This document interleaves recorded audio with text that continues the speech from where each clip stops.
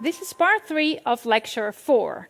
In this part, we're going to start off by talking about attribution theory, which is one of the most impactful and biggest concepts in social psychology and in this course as well, so pay attention.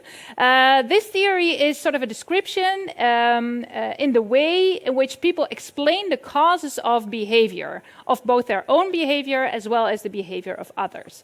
And in lecture 1, we already talked about sort of the golden rule in social psychology. And the golden rule, made up by Kurt Lewin, is that behavior of people is always a combination of the person and the environment. But once we witness behavior, we always want to know which is causing it really. So is this behavior more the consequence of the person, due to the person, or is it more the consequence of the situation this person finds him or herself in? So look at the following situation. A young girl hands in her homework, her assignment, to the teacher. She's late when handing it in. So in the first part of the picture, the teacher is making a dispositional attribution or an internal attribution. And this means that he is describing or ascribing the behavior to the person, saying, wow, she's really late, she's lazy. So he sort of blames the student, the girl, for handing in the assignment late. An internal attribution, a dispositional attribution. So that basically means the same. You make an attribution based on the person and ignore the situation this person finds him or herself in. So in the second part of this sort of little small strip, you see that there's a different response of the teacher. Again, the student hands in the assignment late, and the teacher thinks to himself, wow, she's really late. Maybe there's a family issue. This would be an external attribution. So instead of focusing on the person, blaming the person, you sort of acknowledge that this person might be in a situation which caused the behavior. Okay, so there's a big risk when it comes to looking at behavior in this way, that we misattribute, that we miss something. And what often happens is that when we see behavior, we ascribe it to the person and we tend to ignore the situation. And this has a lot of consequences. Here you see two different scenarios. For example, if a teacher has a certain expectation of a student, so for example, a teacher thinks to himself, this student has very smart siblings, so I think she'll be very smart as well. What then happens is that the teacher behaves in a way that sort of is in line with his expectation, right? We know this by now. So he starts smiling more to the student. He gives the opportunity to give the answers to the questions. And indeed, the student responds enthusiastically, thereby confirming this idea. So another example, if you see, for example, one of your colleagues behaving in sort of raising his voice to someone else, you can have two different lines of thinking. You can either attribute it to the person, thinking, wow, this colleague is very hostile. And your reaction might be, I don't like this person, I don't want to engage with this person. Well, if in the same situation, you might be thinking to yourself, wow, this man must be poorly evaluated, unfairly treated. Thereby, I understand his response, I understand his anger, and I do want to engage and interact with this person. So here, again, you see examples of self-fulfilling prophecies. Something we talked about extensively before, and we will repeat to this issue because it's so key to understanding social behavior. So how we attribute behavior, whether we ascribe it to the person or the situation, impacts our judgment a lot and also our behavior. And this is also something that we as researchers need to be very careful with. Sometimes this goes wrong, and this also has to do with the bad research practices I talked about when we discussed methodology in lecture 2. So experimenters can also be biased. Researchers can be biased. For example, if I have a certain idea in mind of how the world works, this might inadvertently steer my behavior. So let's think back of one of the research questions we already talked about. For example, if I want to look at flirting behavior of both males and females, and I have this idea in my mind that males are actually more flirtatious than females. And with this expectation, I go to a bar and I witness behaviors. my expectation might steer my judgment. I might be way more prone to seeing males flirting than females flirting. And this would be experimenter bias. So I will probably confirm my hypothesis. I will probably see more males flirting than females flirting. And that might be due to the fact that males indeed flirt more than females, but it might also have to do something with my own mind, with my own brain. Therefore, as researchers, it is very important that we do not make our own observations. So if I have a certain hypothesis, I will not go to the bar myself. Sorry for me, but I cannot go to the bar and do this research myself. I have to send somebody else in that doesn't share this expectation, that is not aware of my hypothesis, and then is really objective in seeing that behavior. This is really important. So if the researcher if the person making the observations is unaware, and the subjects, so the participants, are also unaware of the hypotheses, this is called a double-blind procedure. And this is also something that is really important when it comes to studies on medicine, for example. If a medicine is tested, it's really important that both the patients do not know whether they receive either a treatment pill, a test pill, or a control pill, a placebo. They shouldn't know this because this can steer their judgment on how they are doing. If you know that you got a placebo, you might be, less enthusiastic about your own progress and your own symptoms than when you know you get the test pill. So the patient should be blind to their condition, but also the doctor who gives the pill should also be blind to the condition. So this is the double-blind procedure, a way to protect also science and research from all these processes that we talked about. So the self-fulfilling prophecies, the confirmation bias. Okay, so we want to do a good job. If we look at behavior, we want to do our very best to make sure that we understand what is going on. And researchers have been thinking about how can we do this. And one theory that's been posed is the covariation model. And this is a model that really tries for people to objectively look at the behavior of others. So where can we look for, what are the cues that gives us information on the causes of behavior? And according to the covariation model, there are three ingredients, three things that we should look for when we watch participants' behavior. The first thing is consensus. And consensus means, is this person the only one showing this behavior, or is everybody showing the behavior? For example, if you are in a concert hall and a person is screaming, is this the only person screaming? Like on Dam Square on the commemoration day, there was one person screaming and everybody being silent. Then there's not a consensus. Then there's one person doing behavior that is really different from the rest. Well, if you're in a concert hall and everybody is screaming, then there's consensus. And that gives you information about something is going on probably in the situation that causes everybody to scream. Probably maybe a big pop star hitting the stage. So then there's something in the situation that can explain the behavior and not in the person. Okay, so consensus is one factor. Is everybody doing it, or is the person alone? The second factor is distinctiveness. And that means how unique is this behavior for this person. So if you see a person screaming in a pop concert, maybe this person is also screaming in the mall, is also screaming at home. This person is just always screaming. So then it's quite clear that this is something that has to do with the person, right? It's not distinctive, it's showing this behavior all the time. So this is just something this person does. And finally, consistency. And consistency means, what does this person normally do in that situation? So for example, if this person goes to a stadium, he is always screaming. So this is something the person does in this specific situation. So these three components can help us understand the causes of behavior, sort of an analysis of both consensus, distinctiveness, and consistency. I'll give you another example just for you to get familiar with these three different aspects of the covariation model. So let's imagine you have a meeting with your friend Jack, and Jack tells you, you know what? I proposed to Jill, and I'm going to marry Jill. And you might be really surprised because, Jack was dating Jill, but you had no idea it was so serious. and Jack and Jill are both 18, so you're really young. What is going on here? So you can use the covariation model to try to explain why Jack decides to marry Jill. If you would do that, the first thing you look into is consensus.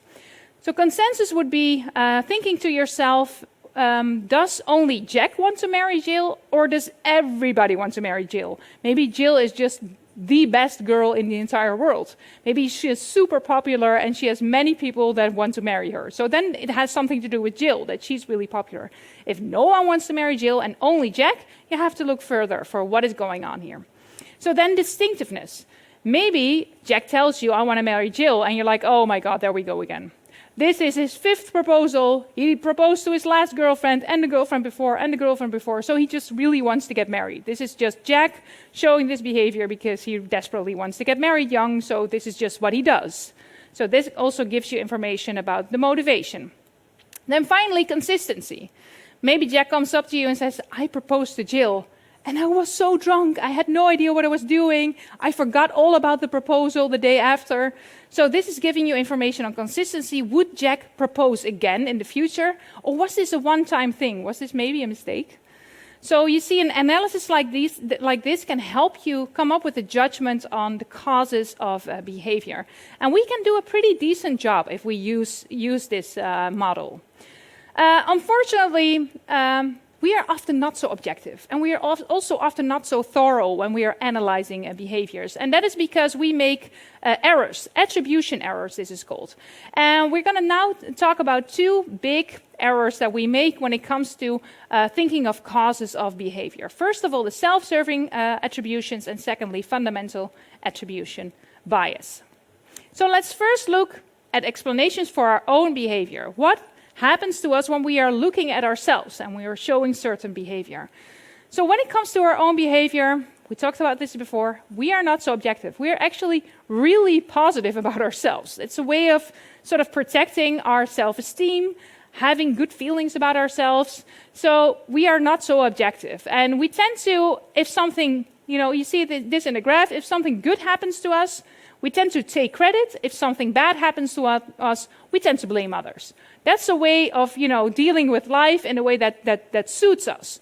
So if, for example, you passed an exam and you have a very good grade, you might be thinking to yourself, wow, I did a really good job there. It was really, I studied hard, I got a good grade, yes, I really did good. And if you failed an exam, you're more likely to say to yourself, well, this exam was just radically different from the practice exam, and we were unprepared, and also I slept really bad the night before, so all this causes in the surroundings that cause you to fail the exam. So this is what we call self-serving attributions. We attribute behavior in a way that benefits us. If it's something good, that's us, we did a good job. If it's something bad, it's not us, it's the others, it's other people, it's the situation. So this is what we do when we look at our own behavior.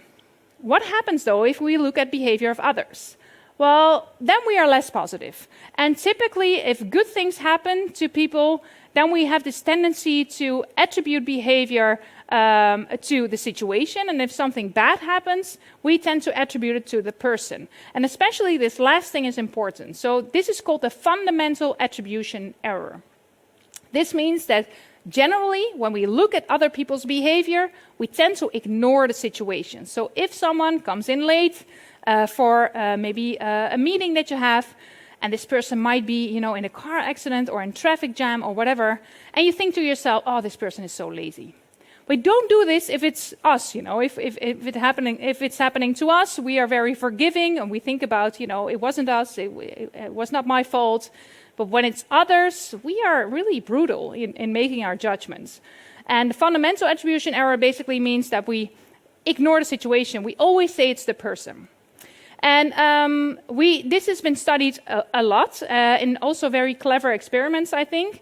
And in one experiment, there were students in a classroom, and they had to watch a presentation.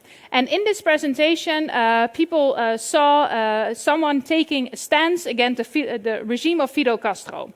And beforehand, some of these students were actually assigned to give a speech. So they were assigned to speak on Castro on a certain, even either pro-Fidel Castro regime or anti-Fidel Castro regime. And others chose to give a Castro speech. So they had a free choice in whether or not they want to give a pro or an anti-Fidel Castro speech. Afterwards, the students that were all in the room, and they were all well aware of the fact that some of the students were assigned to give a speech, they had to come up with a judgment. And they had to make a judgment on, do you think this person is actually anti-Castro or pro-Castro? And interestingly, there were people who had a really hard time taking into account that some students were assigned to a certain group.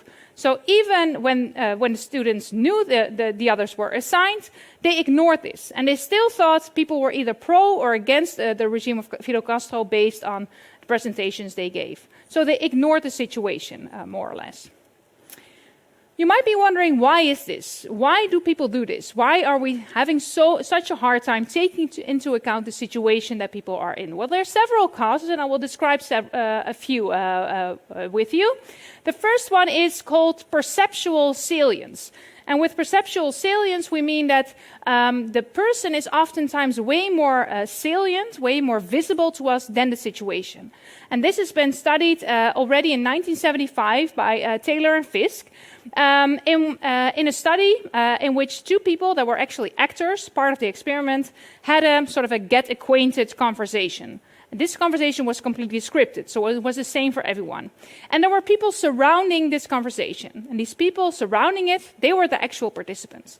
And their perceptual salience differed. So some participants were looking at one actor, and the others were looking at the other actor. And there were also two participants that saw both actors. Then they were asked several questions to the observers. And one of the questions was, who took the lead in a conversation? Who had chosen the topics? And keep in mind, all these conversations were scripted. So it should be pretty clear who took the lead and who had the initiative in the conversations. But what the participants saw really depended on their viewpoints. So the observers thought that the actor that they could see better had a greater impact on the conversation. So this person was more salient. If you could see actor A very well, you thought that this person took the lead. And if you saw actor B much better, then you thought that actor B was actually the one making the impact, having the impact in the conversation. So this is an example of perceptual salience. What we see, what stands out, is oftentimes the person and not the situation. So that's one cause of the fundamental attribution error. The second cause, it has to do with how our brain works. We talked about in lecture 3 that there are several ways of processing information, the automatic route and the controlled route. And if we are distracted, or we are tired, or we have other things in our mind, we tend to make more errors in our attributions. So the fundamental attribution error is actually more likely to occur if you're not really paying attention and you're relying on this automatic route for processing information. Because then you're relying on heuristics. And this is often, the fundamental attribution error is actually also an example of a heuristic, a sort of a mental shortcut in which we blame the person and ignore the situation. We can also recover from it a little bit. So if we take the time and we make the effort of incorporating the situation, we can recover from it a little bit, but it is effortful. Then finally, the final thing I want to mention has to do with a question I raised in the very first lecture. I hope you remember this question. Why is it so hard for victims to speak up? So the reason I want to come back to this is because this has to do with the way how we look at others. If something happens to a person, for example, to a victim, we tend to ignore the situation as well. We tend to think it is the person's fault. So it's the fault of the victim that something bad happened. This has to do with also a way of protecting ourselves. We have this idea that the world is a fair place. This is called the just world hypothesis. We want to believe this as well. So we want to believe that We are living in a world in which people get what they deserve and deserve what they get. So if something bad happens, it feels quite safe for us to think this is not, that the world is a bad place. This person probably did something to cause this behavior. So this is also something we hear a lot in conversations surrounding Me Too and abuse and examples of victims lacking to speak up. It has to do with the way that we look at victims. We tend to blame victims for what happened to them. And this is also one of the causes of the fundamental attribution error. We ignore the situation and we think this person did it to him or herself. So we talked a lot about attributions, the self-serving attributions, the fundamental attribution error. Now I sort of want to integrate the two, because what you see is that the way we look at our own behavior is really different from the way we look at other people's behavior. So if we are successful, we are geniuses. If another person is successful, well, this person just got lucky. This is what we also know as an actor-observer difference. So the way in which we look at our own behavior, so the observer can attribute behavior to the person, and the actor attributes behavior to a situation. So if something good happens to us, we think this is something that we caused ourselves. If something bad happens, it's the situation. And this is actually also the root of many miscommunications, for example, in relationships, in which the person that showed bad behavior, for example, being late to an appointment, notes that there was a situation, for example, a traffic jam that caused this person to be late, while the person that he is in interaction with only sees the fault of the person. So it's that you left the office too late. So this difference and all these attributions errors are the cause of many problems in relationships, but also generally in interactions that people have with each other. So this is the last part of lecture 4. Thanks for watching.